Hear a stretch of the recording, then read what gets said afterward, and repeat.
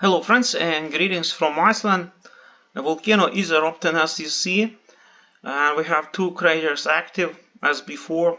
Things changed very little since my last report, but we will go over the latest report from Icelandic Met Office, and I will read to you what they say. It's from today, April 4th, 2024. The eruption at Sundhnukur continues. Two craters are active now, the northern crater being larger. On wave interference image showing the formation from the 18th of March to the 3rd of April, we can see that land has risen by 3 centimeters at Svartsengi during that period. Transient higher sulfur dioxide levels continue to be observed around the eruption site and around the settlements on Reykjanes Peninsula, and Icelandic Met Office advises people in the area to monitor air quality. Today the pollution is going to the north towards Keflavik, so I wish to warn the residents of Keflavik of this as well. The gas pollution travels to the northwest now, and the north and pollution can be detected in Vagar, Reykjanes Bær, which means Keflavik, and Suðurnes Bær. The eruption at Sundhnukur crater row continues, and there are still two active craters such as in recent days. The northern crater is larger and appears to be the bulk. It appears that the most of lava comes from this crater, as shown on this photo from Icelandic Met Office. See, the smaller one is about 1/4, even less than that, of the larger crater. Very likely it will die out pretty soon, the small one. It was larger before, but now it's becoming really small. And lava continues to flow south from the craters on the top of a lava field that formed during the first days of the eruption. Last night there was no clear sign of lava flow at the dikes, at the walls north of Grindavik, or South Coast Road, or Malhol Quarry. The other night, some 24 hours ago, we saw a wall collapse at the volcano. Let's see how it happened. It happens again and again, you see, boom. Crater rim slides inside of the volcano when it's being hit by a splash of lava. Let's watch again. Boom, you see. It's quite incredible. Volcano has this regenerative power, also self-destructive power. Self-destroys and then self-regenerates again and builds up. And this is always fun to watch how it happens. We saw it so many times back in 21, in Fimmvörðurhals, in Geldingadalur. It's happening all the time.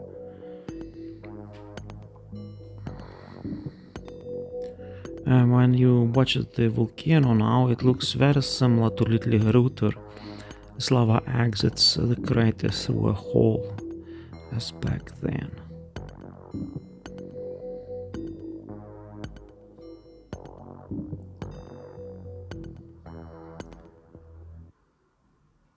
See, one more time. On wave interference image showing the formation from the 18th to the 3rd of April, here you see it.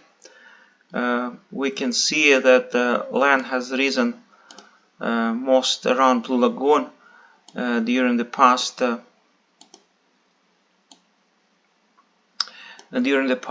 few days. That's a lot slower than what was measured from the volcanic eruptions or magma runs that occurred in recent months. So there is some land rise, but it's much smaller in scale than before.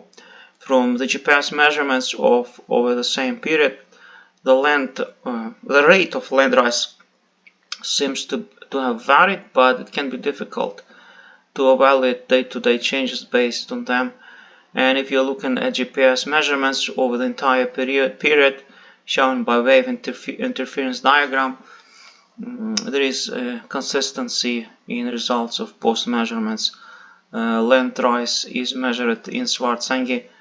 Meanwhile, the eruption is ongoing, but this hasn't been seen in the events that have occurred in the last few months at Sundhnukur Crater.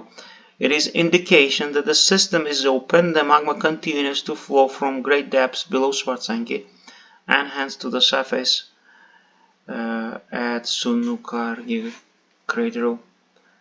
This is wave swap image showing deformation from the 18th of March to April 3rd. The yellow and orange colors show areas around Svartsengi where the land rise is measured. And the magma chamber, which pumps magma into this area, most likely situated further to the east, somewhere where we have the ongoing eruption. It's breaking up to the west, and then it's breaking to the surface at Sundhnukur Crater. But earlier in 2021, it was breaking up here in Fimmvörðurhals. It's the same magma chamber somewhere in this area that fed all eruptions, as was noted by Benedikt Offiksson from the Icelandic Met Office earlier. Higher levels of sulfur dioxide continue to be measured around the eruption site. It's a very dangerous gas. You can't really smell it. Both sulfur dioxide and carbon dioxide that is found at eruption sites super dangerous. If you're hit by that, if you inhale it for half an hour, high amounts of it, one can be dead rather quick without even realizing that there is gas around him, unless you have special equipment to detect it. Yesterday's update was saying that the land rise in Svartsengi has been observed in the last few days, indicating in particular that magma accumulates less in the magma chamber beneath Svartsengi, then flows further straight out through the craters. It may be established balance probably had been established in the passage of magma into Svartsengi and up to the craters, while geochemistry measurements could confirm it in the future. Now here you see the thickness of lava flows around the eruption site, and you see lava is the most thick, up to 16 meters around the craters, 16 meters also here in the quarry, Malhole quarry, which took a lot of magma, 16 meters deep a layer of magma. Still nothing compared to Eyjafjalljokull, where we have up to 80 meters thickness of magma in 2021-22 eruptions. And in other areas it's 14 meters thick, like also very much to the south. Very thin lava layers are to the north, not more than 4 to 8 meters. Super thin flow went towards Blue Lagoon also, and towards Eyjafjalljokull mountain here to the southeast. So Grindavik town is safe, Blue Lagoon is safe. I'm pretty sure they will reopen it very soon, and probably its opening hours will be conditioned by the direction of volcanic gas emissions by the winds day by day. National Commissioner of Police, in consultation with the Southerners Commissioner of Police, a means of Keflavik area in neighboring terrains, which includes Grindavik, decided today to downgrade the civil protection level for the eruption site at Sundhnukur Crater to the critical level from the emergency level. It's one level lower. It translates as critical, but in reality it's something like danger level or about that. In any case, it's one less lower level of security around the eruption site, because volcano subsided in power, and I guess they did so with the intention to open Blue Lagoon, probably. The civil protection level for the eruption site at Sundhnukur Crater has been moved from the emergency level down to threat level. Here it translates as threat level. This was done by the National Commissioner of Police today in consultation with the Southerners Peninsula Police. This translates as African Police. The emergency phase was entered when the eruption began on the 16th of March. It's already 17 days since eruption started. It's still ongoing, as you know. And there are still some hazards, they say, like gas pollution and wildfires. There have been instances where the gas pollution has also been introduced into the settlements of Reykjanes Peninsula. Wildfires will continue to be closely monitored and preventive measures taken to prevent them. Most of wildfires have been extinguished. The fire brigade has largely controlled the wildfires at the eruption site. Pollution from the wildfires can still be high. There is no measurable land rise in Svartsengi. It's another big news for today. The fire brigade has mostly extinguished vegetation fires that burned on the edge of the lava field at Geldingadalur Craters. Activity remains stable during the eruption. There is no significant land rise in Svartsengi. It's a good news for Iceland. Most of the wildfires have been extinguished. Another great news we have from Iceland here. Still embers are burning. You could say we caught our tails last night, then we reached the end. So today's task is to go all around again and make sure there are no nests to spring up again and extinguish these last embers. But now we have some rain in Iceland, and it's gonna rain tomorrow too, so it helps against the wildfires.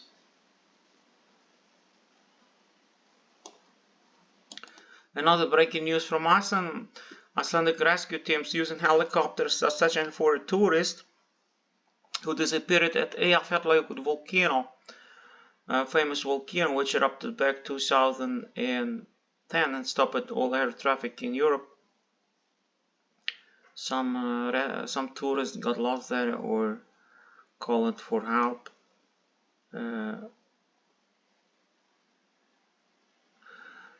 Messages have been sent to the man's phone, but this has been unsuccessful. So far they haven't found him there. Very strange translations from Google Translate. It's Eyjafjalljokull, it's not Fimmvörðurhals.